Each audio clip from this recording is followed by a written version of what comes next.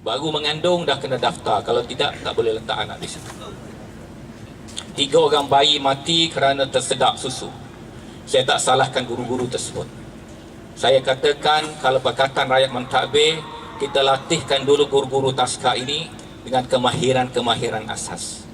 Dan kita perbanyakkan taska dan kafa. Antara sebab tak pergi ke kafa kerana keadaan tidak kondusif di kafa. Mereka belajar 2 hingga 3 kali seminggu, the rest mereka tak hadir. Kafa Selangor saya dah buat perbandingan, berbanding Kafa Putrajaya. Dari segi textbook, Kafa Selangor dah dapat, Kafa Putrajaya belum dapat.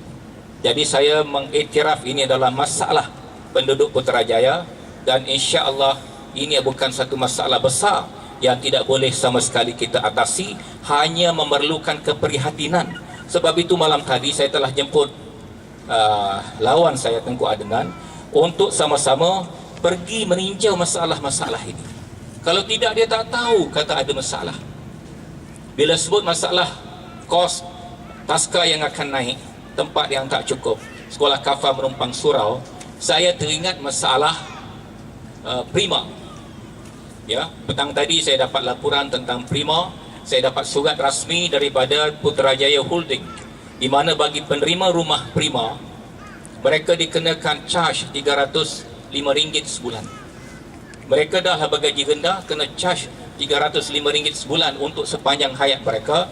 Saya kira ini adalah satu perkara yang membebankan. Saya telah sebut pada Tan Sri Asih tadi, kenapa cukai perbandaran Putrajaya adalah lebih tinggi daripada Kuala Lumpur dan yang tertinggi di Malaysia, sehingga membebankan bukan saja penduduk yang miskin, yang bergaji rendah, termasuk orang kaya di perisin-perisin yang telah saya lawati. Jadi, langkah yang diambil oleh Kerajaan PAS Terengganu menurunkan cukai bandar. Saya tak boleh jamin 100% saya boleh berjanji. Tetapi saya kira rate yang lebih menasabah boleh kita timbangkan kalau Pakatan Rakyat Mentadbir Putrajaya, insya-Allah.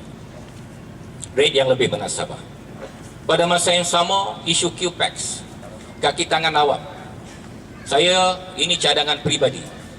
Saya cuba kontak Datuk Seri Anwar Ibrahim tadi, saya belum dapat kontak. Saya berharap beliau yang akan umumkan.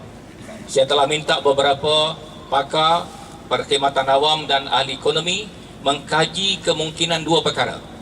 Yang pertama, melantik Presiden QPEX atas nama jawatan sebagai ahli Senat Dewan Negara. Saya akan berhubung dengan saudara Omar, Presiden QPEX, untuk berbincang perkara ini dengan lebih lanjut. Yang kedua, bagaimana membayar bonus yang lebih menasabah supaya kumpulan rendah sokongan boleh hidup dan bernafas dengan lebih baik. Hari ini kerajaan umumkan bonus bulan setengah tiap-tiap tahun, akhir tahun, 2 kali bayar. Saudara semua, kalau kita dapat mengamalkan penjimatan, kita boleh hapuskan ketirisan. Berpuluh bilion satu tahun kita dapat jimatkan. Dengan sendirinya, wang ini boleh dipulangkan kepada anda semua, termasuk penjawat awam, dalam bentuk bonus yang kita selarikan dengan perkembangan keuangan negara dan ekonomi satu-satu masa. Yang saya jangkakan kita boleh capai 4 bulan bonus bagi penjawat awam bagi tahun pertama Pakatan Rakyat Mentadbir Malaysia. Saya umumkan perkara ini bukan kerana saya fikir malam tadi.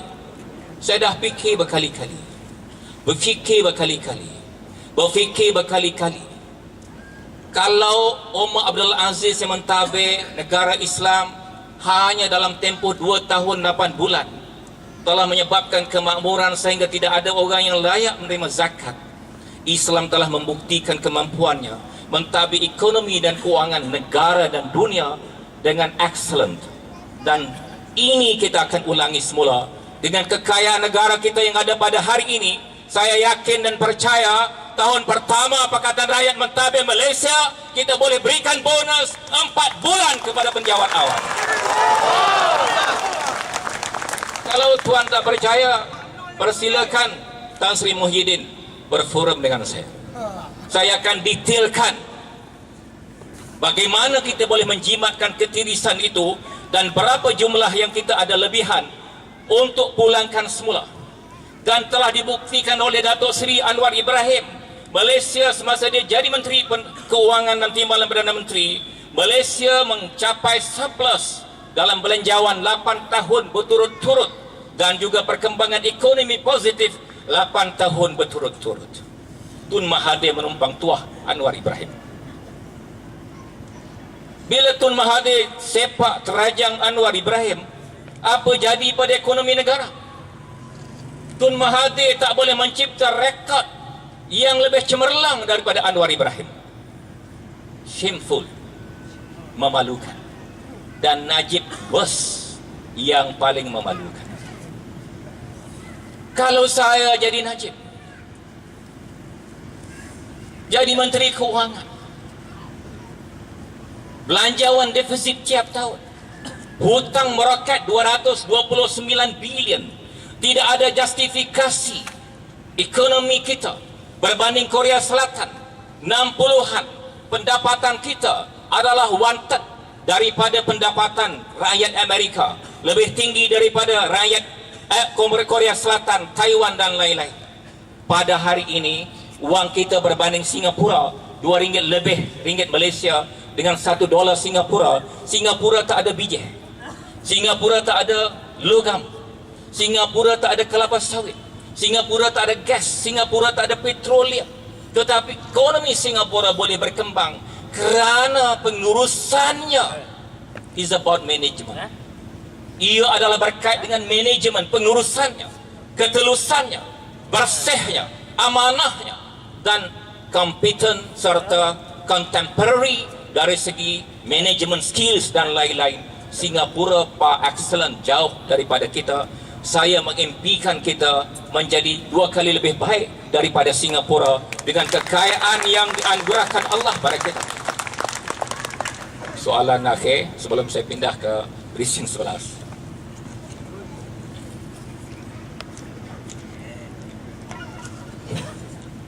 Yang abang kita tadi tak ingat ke soalan? Boleh baca? Tak jumpa.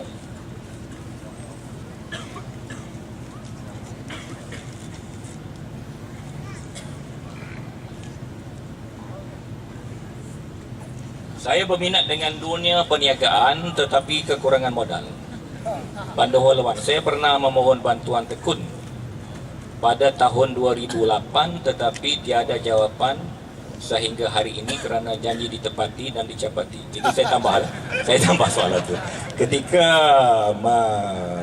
Ketika memohon, saya dikehendaki untuk mendapatkan sokongan UMNO dan dipaksa mengisi borang keahlian sekiranya mahu mendapatkan bantuan. Soalan saya, apakah yang boleh dilakukan oleh pihak yang berhormat? Ini saya tak boleh buat apalah. Cik sendiri kena keluar UMNO dulu. Pasal yang jadi masalah kita ni, pasal kita mudah sangat takut dengan UMNO. Korau ya. Macam mana? Kita di Kelantan, saya dalam Dun Salo di Kelantan, apa saja program kita tak bias politik. Kerana kalau orang tu layak, kita nafikan kelayakan dia, Masya Allah, di hari akhirat esok berat kita nak tanggung.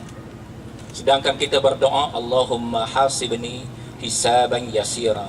Ya Allah, Engkau mudahkan hisab aku nanti di padang mahsyar. Baik. Tetapi dalam kerangka politik UMNO nak mengekalkan kuasa, mereka gunakan penafian hak lain daripada orang UMNO. Ini masalah. Tapi yang abang nak tanya tadi, ada tidak peruntukan yang membolehkan orang yang nak memulakan perniagaan diberikan wang? Di Kelantan kita ada program usahawan seperti itu. Walaupun peruntukannya tidaklah besar, tetapi konsep kita gunakan mempermudahkan. Tetapi ada syarat dia. Sayyidina Umar, saya gunakan konsep ini. Bila dia pusing keliling malam-malam hari semasa dia jadi khalifah,